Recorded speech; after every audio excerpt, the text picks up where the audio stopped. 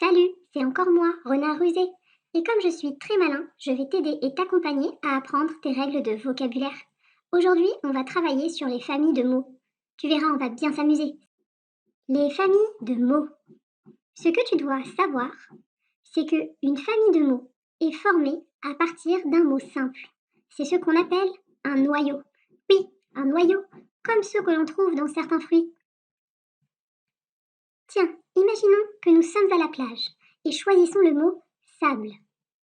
Du sable, on peut en trouver dans le désert. Dans le mot sable, il y a un noyau. On peut créer plusieurs mots avec ce noyau. Ce sont des mots de la même famille que sable.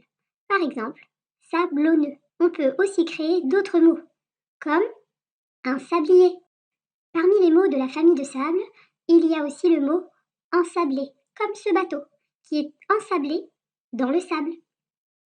Pour les gourmands, il y a aussi le mot sablé. Tu sais, ces petits gâteaux que l'on mange sans faim. As-tu déjà essayé de faire du basket sur du sable?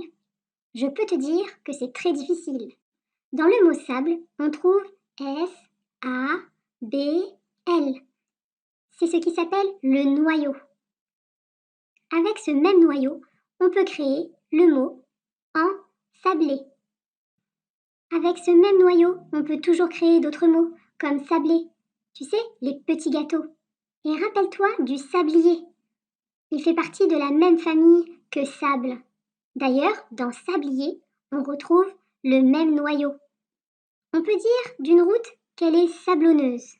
À ce moment-là, on peut créer le mot sablonneux, avec le même noyau, toujours, oui. Et moi j'adore aller à la plage et courir sur le sable. Je fais du cerf-volant pendant des heures. Bon, revenons à la leçon. Nous avons parlé du noyau.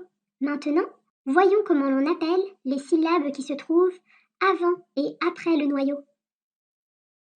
Tu vois, ma flèche te montre en. En est un préfixe. Pré parce que ça se place devant.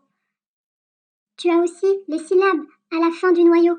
C'est ce que l'on appelle le suffixe. Le suffixe vient après le noyau. Ouh, gla gla gla! Ça me donne froid tout ça.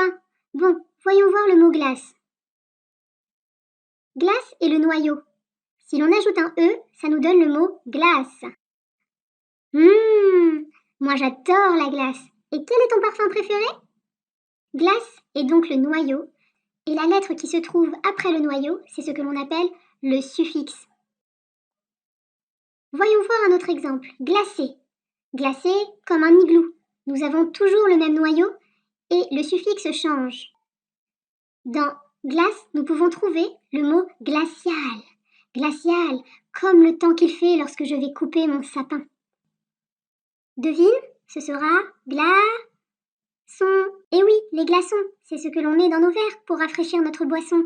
Et nous pouvons rajouter un dernier petit mot de cette famille. J'ai nommé glaçant. Choisissons une nouvelle famille. Dents. Est-ce que tu as toutes tes dents? Avec le mot dents, on peut créer d'autres mots, comme dentifrice. Oui, tu sais le dentifrice que l'on utilise sur notre brosse à dents tous les jours. Et lorsque l'on oublie, on doit aller voir le dentiste. Oui, enfin, tu sais, moi mes dents je les lave assez, hein, je n'ai pas besoin d'aller voir le dentiste. Dentaire, oui. Si tu as un grand frère ou une grande sœur, il a forcément un appareil dentaire. Moi je trouve que c'est plutôt la classe, hein. Et lorsque nous serons vieux, nous aurons un dentier. Ouais, un dentier. Mais on a encore du temps devant nous, hein. Donc tu vois, nous avons les noyaux. Ils sont en jaune. Les syllabes d'après s'appellent des suffixes.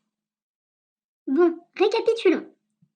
Dans les familles de mots, il faut retenir qu'une famille de mots est formée à partir d'un mot simple, ce que l'on appelle le noyau. Tu te souviens du noyau? On en a parlé tout à l'heure. À la base du mot, nous avons donc le noyau.